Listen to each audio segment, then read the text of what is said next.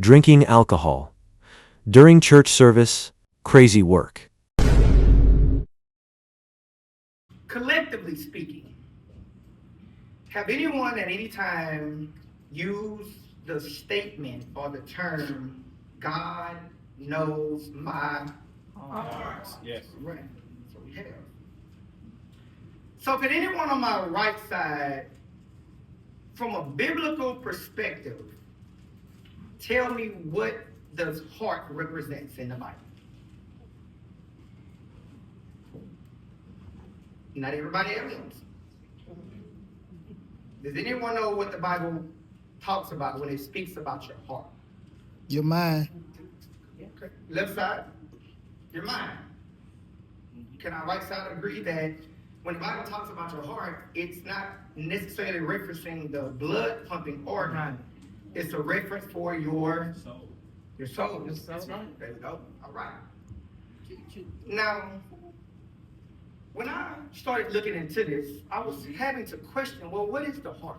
Yes. Because a lot of these verses wasn't talking about a blood pumping organism. Right. All right. Mm-hmm. Break it down, Reverend. So, right side, would you say that the heart, the mind or the soul is a external thing? Is it inside you or is it outside? Internal. All right. So it's inside of you.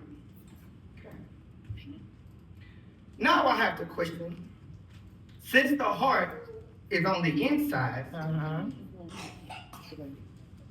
no thirsty today. Yeah.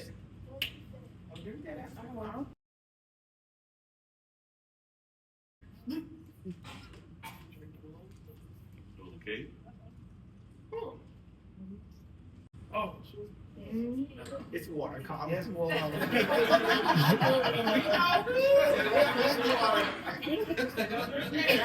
Walk with me, though. Because now that I got your attention, let's talk about it. Yeah. Right side, how did you all feel when you saw me reach for this? Like, no. Concerned. Panic. What was the panic about? That you were going to drink that alcohol and it's going to do damage to your body. Left side, was there a sense of, oh, what is he doing? Yes. And how did that come about? Like, what crossed your mind when you saw me reach for this? What is he thinking? What's wrong with him? Because at some point, you realize that the label See it. says alcohol. But you didn't know what was on the inside. Inside is different. So could my Jeremiah 17:9 person read that verse for me? The heart is deceitful Mm. above all things Yeah. and desperately wicked. That's exactly what it says. Who can know it? Lord Jesus. The heart is deceitful Yes, sir. above all things, and who can know it? Would you say me knowing that the insides of this was water, but the label on the outside was a little deceitful? Yeah. Right? Yeah. So when we say God knows my heart, Ooh, come on, Reverend. you have to be mindful Yes, sir. of when and how you're using that. Yes. Because if your insides don't match the label, All right. when you're dealing with other people, I see where you're you're being going. deceitful. All right. And I find in my experience, a lot of times when we use the statement, God knows my heart, most of the time it's justifying something instead of actually correcting it. Could my Psalms 51:10 person read? Create in me a clean heart Yeah. and renew a right spirit. All right. Creating me a pure heart. Because God already told us in Jeremiah that originally the heart is Deceitful. So if the Lord has not created a Clean heart. then that particular heart is still Deceitful. deceitful. No. So when Jeremiah says, who can know it? it must be the God. Lord. Yeah. But what happens a lot in our conversations is we utilize a all-knowing God, knowing everything about us, to then justify behaviors that need to change. Come on now. And I just don't think that's a valid way to project ourselves, because then you're doing this to everybody you come in contact with. Come on now. Let me say that. So if you're going to use God knows my heart, you have to make sure that what's on the inside is what's being brought out. Come on now. Yeah. All right. Could my Psalms 37:4 person read? Delight thyself also in the Lord, and he shall give thee the desires of thine heart. Who shall give thee? The The Lord. Lord. We're right back to the only person that can confirm, Uh-huh. justify, Yes. give, or acknowledge that the contents match the inside is who? Okay. So you are correct in half of that statement by saying the Lord does know your heart. Yeah. But does your co-workers? Lord Jesus. All right. You can say all day, oh, I love the Lord. That's a label. Uh-huh. Yeah, yeah. But do your co-workers know that that's water in that bottle? All right. Not unless they're told. Not unless they're told, or your action that's being poured out That's Exactly. right. will then confirm what's on the inside. Yeah. Yeah. And it's very deceitful to have a label, but the inside contents that's being poured out is not the same. Don't That's lie. right. So that same level of what is he doing? Like it. That's how people feel Yeah. when you project the label, Yes. but the inside ain't matching. That's right. So yes, the Lord knows your heart, but does your spouse? Come on, Come on now. Come on. Come on. Okay. Come on. The Lord knows your heart, Yeah. but does your children? Yeah. From about the baby, right? The Lord knows your heart, Yeah. but what are you pouring out to your friends? Come on now. We have to get out of the habit of hiding behind labels, That's right. Say that, Reverend. because those labels will be very deceitful in the eye of those you're pouring these things out. That's right. That's right. That's right. So you can't say, I love you to your spouse, Right. If That's it's a not label. showing it. Uh-huh. but what you're pouring out is, you're my enemy. Right. We're fighting against each other every time something happens. Right. That's deceitful. Yes. Lying it. You can't say, I love my kids, but you're not putting in the work needed to get them where they need to be. That's deceitful. That's right. You can't say, I love my friends and family, but you're not helping them. You're talking and being messy about them. That's deceitful. Yeah. So the Lord knows my heart is an automatic giving, Uh-huh. because He created it. Yeah. What are you pouring out Yeah. is the question. All right. Do y'all understand what I'm saying? Yeah. Yes. All right. So ensure moving forward that your label matches what's on the inside. Come on now. Right.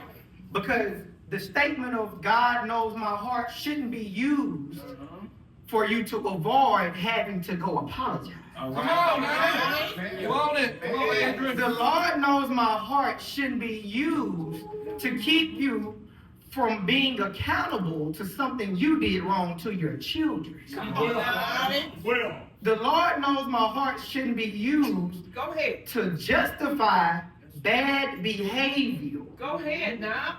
Because at that point, you're being very Deceitful. deceitful. Speak well. Speak well. And now, we can't act like we don't know what to do now. Come on Yeah. now. Because we have examples to remind us Uh-huh. that at one point I thought he was drinking alcohol. So every time you're pouring out into your kids and pouring out into your spouse and pouring out at work and pouring out to your family, I need you to keep in your mind, does what I'm pouring out match my label? Come on now. Come on. Come And on. if it doesn't, I'm being very Deceitful. And the only person that can make sure that my insides Yeah. match my label is God the Lord. and Jesus. This is something that hit me a while ago.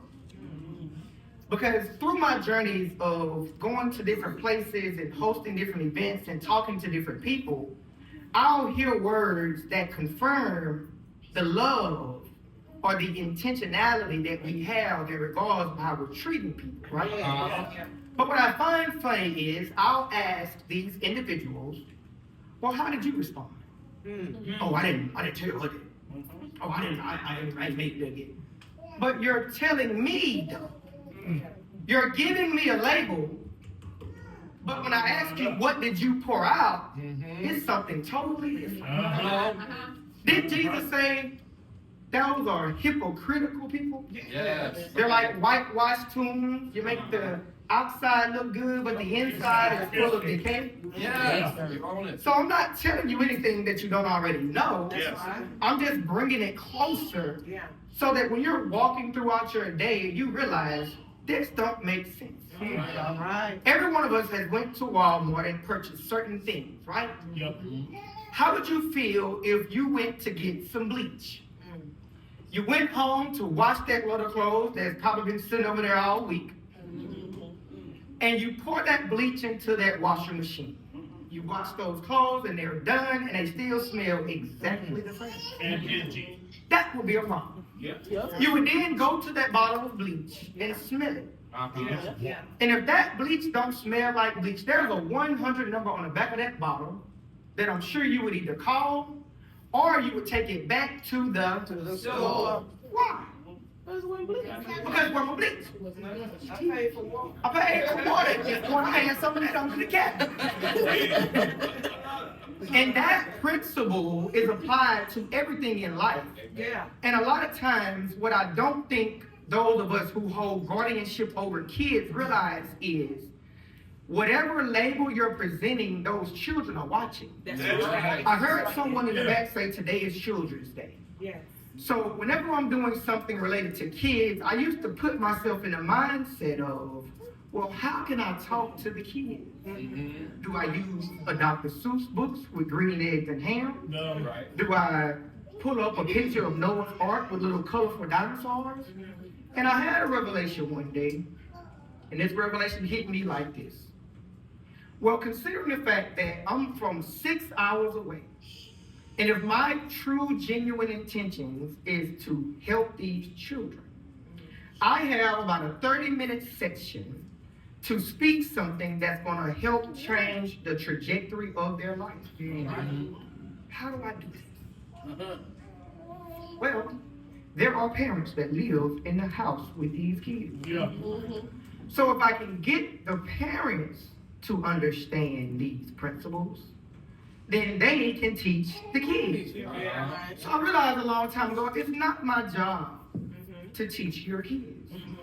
That's Right. your job. That's Yeah. right. Right. When we have people to come talk to the kids, most of the time, not in this case, adults are kind of in the back or they're doing other things, but the lessons that are being projected is not for these children. That's Come right. on now. They're for you. Yeah. Because you're with those kids way more than I am. Yeah. Some of these children are not grown the last time I saw them. Yeah. But the principles by which you learn today, I would hope that you take those and take them back to your home. Yeah. So when you're conducting yourself in front of these kids, you think about, does my label mother match what I'm pouring out? Yeah. Does my label father match what's pouring out? Yeah. Is my label husband and wife matching what I'm pouring out? Yeah. Because if not, you're going to raise kids Trouble. with a contradictive mentality, not understanding that I need to say what I do and do what I say. That's right. I need to ensure that what I'm projecting is what's on the inside. Yes.